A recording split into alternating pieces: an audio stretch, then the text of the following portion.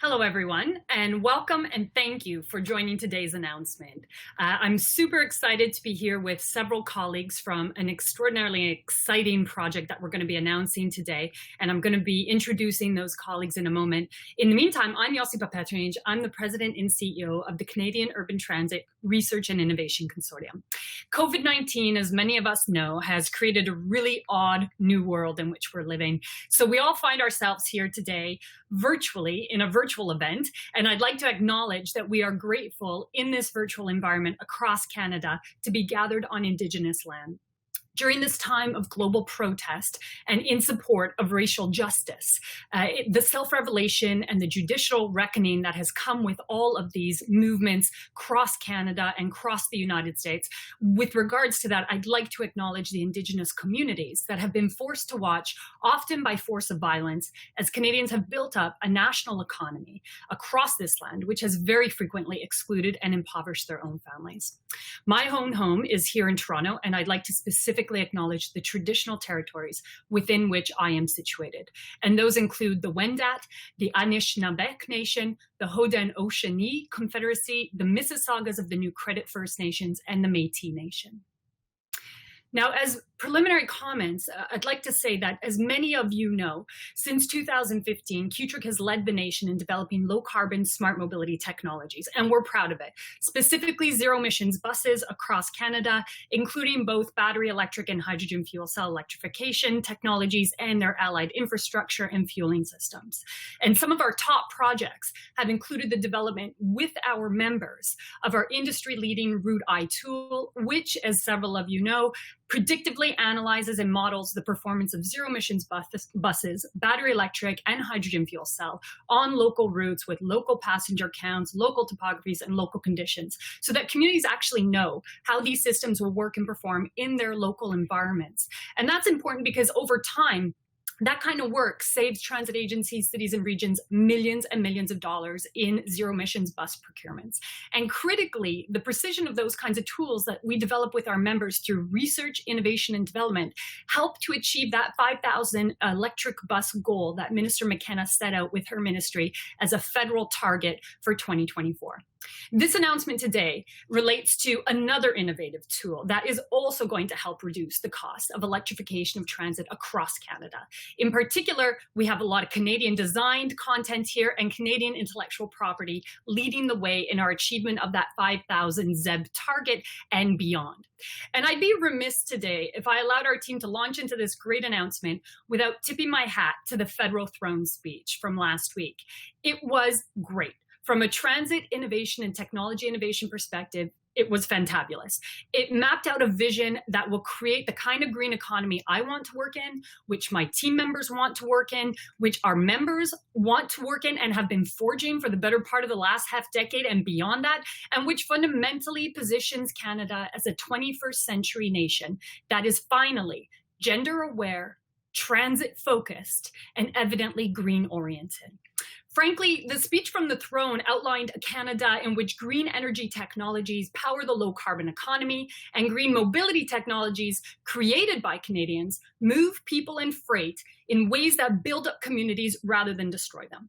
And we all need more jobs, especially in this pandemic period. We all know we need more jobs. And the speech from the throne really outlined these kinds of green commitments to create at least 1 million new jobs in this challenging economy. So most importantly, though, I'd like to underscore the fact that the speech from the throne also highlighted that Canada is going to exceed its 2030 climate goals, and it's going to legislate the goal of net zero by 2050, which we all know is going to drive more green investments in green technologies and drive it faster than ever before. Markets like clearly defined targets. That is without doubt. And I think we can all agree that aggressive green targets mean aggressive green investments by the private sector. And since Canada is already home to battery and fuel cell electric manufacturers, and we're rich in natural resources such as nickel and copper, which are critical to the powertrains and batteries that fuel zero-emissions vehicles, I think we can also all agree that it is the time for a return to a geopolitical leadership role of a middle power like Canada. In fact, given all the negative and horrible things that are happening around the world today, it's actually a really good time to be Canadian. especially if you believe in the new economy that's going to save our planet and save our lives. So to the announcement, and I'm honored to be joined here today by Carmine Pizzurro, who is president of eCAMION, Tanya Krakovich, who's vice president of special projects at eCAMION, Donna Skelly, parliamentary assistant to the Ministry of Economic Development, Job Creation and Trade in Ontario. Thank you so much for being here today. If members of the media who are on the line today have questions and haven't reached out to Switchboard Public Relations yet to arrange an interview, please do so. You can see this event's media advisory on the on-screen chat feature, and there you'll find Switchboard's contact. I know several of you have reached out, but if you have not yet, this is your chance to do so. So now let's move on to the announcement.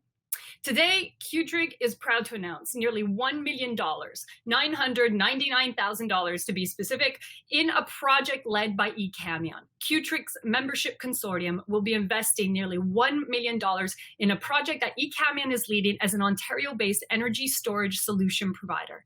The investment is going to enable eCAMION to develop a new bus charging technology and deliver a product with tremendous export potential that is going to create jobs in Ontario.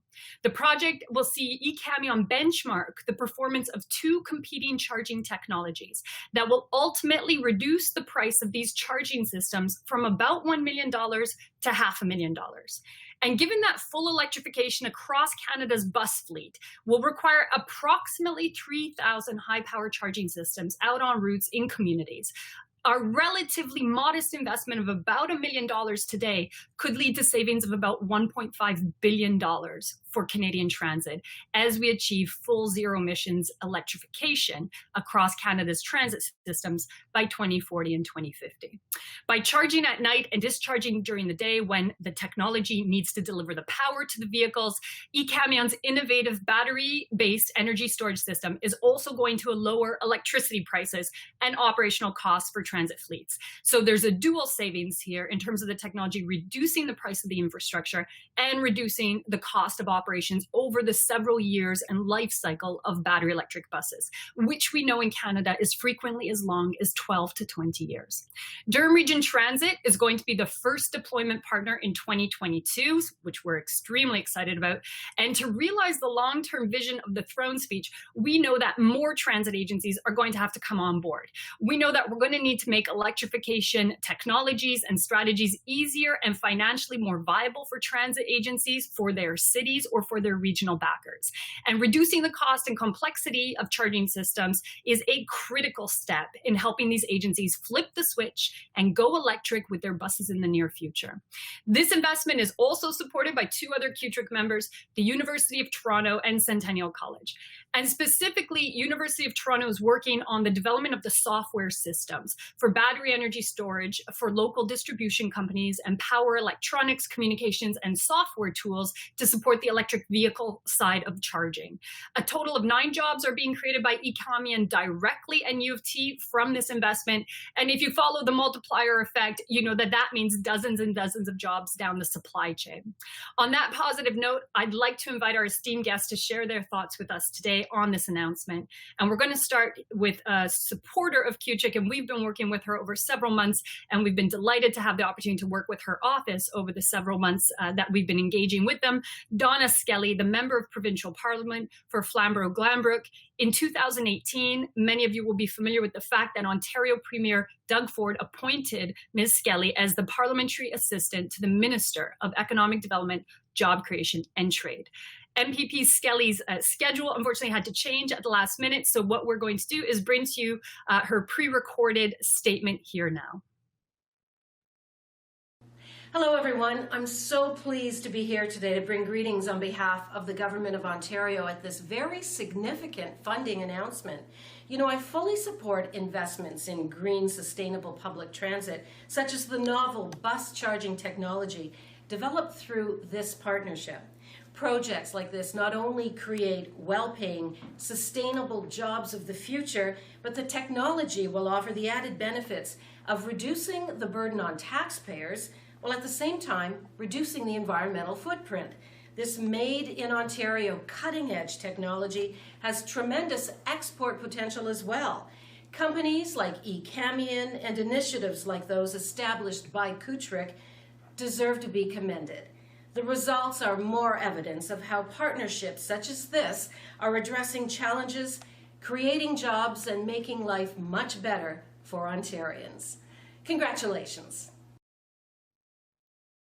Thank you so much, MPP Skelly. And it's wonderful to hear, in our view at least, that the Ontario government is committed to job creation and growth, in particular in this pandemic period, job creation and growth that's going to forge an Ontario for the future in the green economy. Now let's hear from the leader of this entire initiative, Carmine Pizzurro, who is president of eCAMION. eCAMION is based in Toronto. He is the project lead at eCAMION eCAMION is the lead in a turnkey solution provider for the community, integrating battery energy storage systems and specializing in the integration of battery solutions with grid controls for reducing operational costs of electrification over time. Over to you, Carmine.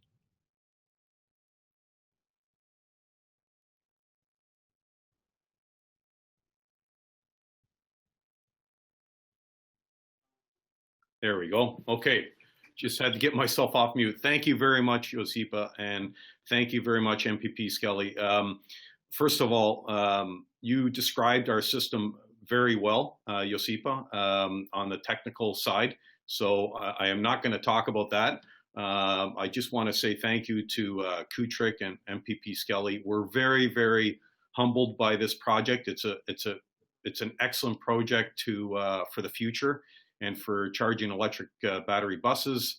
And we want to also thank our consortium partners, University of Toronto, of course, because they did an excellent job with us on the on getting the technology ready, and Ontario Tech, and as well as Durham Transit. Building on MPP Skelly's comments, we're very proud to contribute to it's all Canadian innovation. Everything is built in-house and designed in-house and engineered in-house here in Scarborough in this quickening global electrification race. Our goal is to lower the integration and capital barriers that many transit agencies face when planning conversion to electric fleets. The kind of impact we expect to have is to increase local Scarborough jobs right out of Scarborough and provide local support to transit agencies, of course, and then share this technology both nationally and globally. And we're very proud and humbled by this project. Thank you, Josipa, and CUTRIC for your continued support. We really appreciate it. Thank you. Much, Carmine. Fantastic insights, and I think you'd probably agree in general, as with most folks joining us here today, that charging infrastructure, the complexity, the cost is a big barrier for heavy-duty fleet electrification.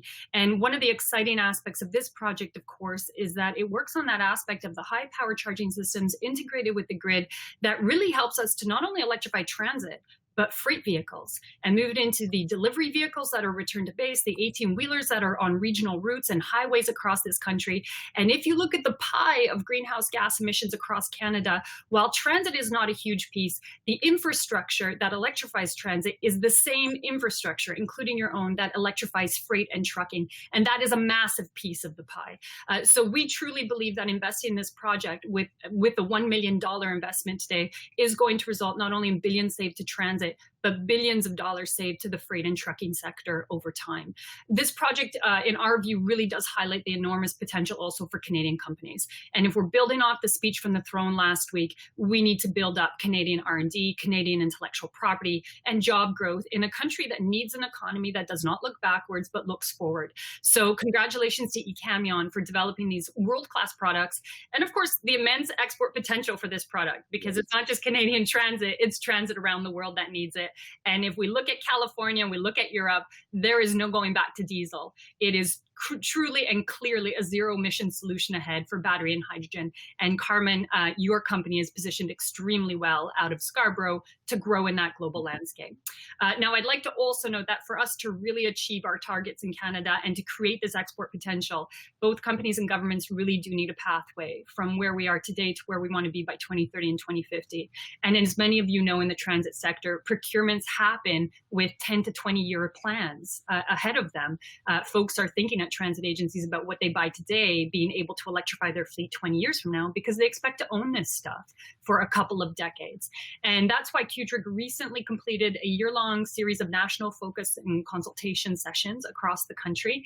And we were able to collect all the feedback from our members and stakeholders in the industry to produce a very big, thick report for the federal government and Natural Resources Canada that outlines that pathway, how we get from where we are to 5,000 electric buses by 2024 and beyond to 2030 and 2050. And some of the key things in there include innovation technology, like our announcement today, innovation in funding and financing, and then innovation also in systems engineering at the transit and city level. It's also why CUTRIC's members recently put together our 5-point plan for building back better transit, and we've been working with the federal government to build back better transit by focusing on building greener, better transit systems with technologies like eCAMIONs that support manufacturing and future-proof our systems with anti-pandemic technologies embedded. For more information on both of these initiatives and all of our reports, they're available in our press release today. Now, on behalf of CUTRIC and on behalf of eCAMION and the Government of Ontario, I'd like to thank our members and our stakeholders, directors, project partners, and members of the media for tuning in.